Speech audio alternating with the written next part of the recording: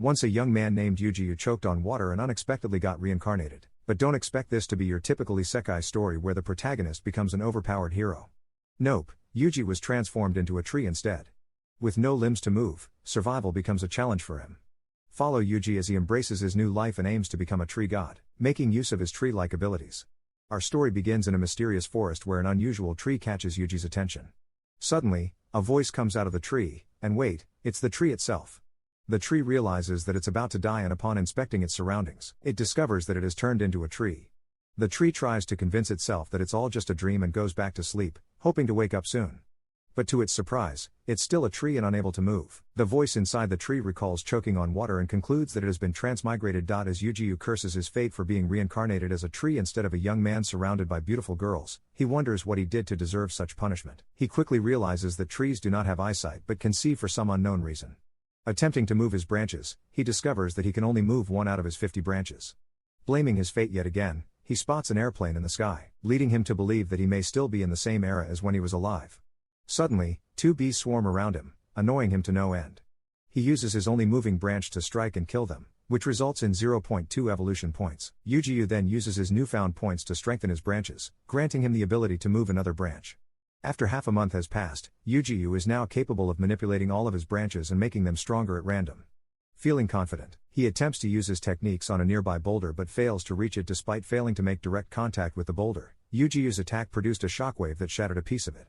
With the ambition of becoming the world tree of this planet, he continues to grow himself and his powers. Having no need to study, play, or work, he spends all his time traveling and striving to become a tree god. Yuji quickly realizes that this world is different from his original one, as it's filled with mutated air. While exploring, he stumbles upon a nest of baby peregrine falcons, which he decides to feed and care for. Hoping to tame these beasts and practice for air battles, he hunts and feeds the neglected nest with a rabbit he killed. Yuji then tries to strengthen his roots, but he finds that roots cost 1 point instead of 0.1 for branches. Deciding that roots must be more important, he chooses to strengthen them despite the tremendous pain, feeling as though he's being hit by an electric drill. His suffering pays off, as he can now manipulate his roots just like his branches. As he tries to move, he realizes that his roots, which are usually thicker and stronger, are hurting him even more. He grunts in pain, realizing that he needs to strengthen all of his roots to protect his trunk, his heart, and his lifeline. Suddenly, he hears a rustling in the distance and prepares for battle. Yuji readies himself, expecting to face a fierce predator. To his surprise, he discovers that the movement was caused by a fox. Although injured, the beast is still alive.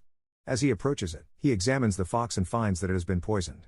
Not wanting to feed this poisoned meat to the falcons, he contemplates what he should do. With a stroke of inspiration, Yuji decides to test the healing properties of his sap. He helps out the fox, who immediately feels better than ever before. Impressed by his sap's detoxifying ability, Yuji decides to kill the beast to score more points. However, he is taken aback when the fox becomes affectionate towards him. As the fox rubs against him, Yuji finds himself caught off guard by its cuteness. As he pets the fox, it suddenly starts to glow.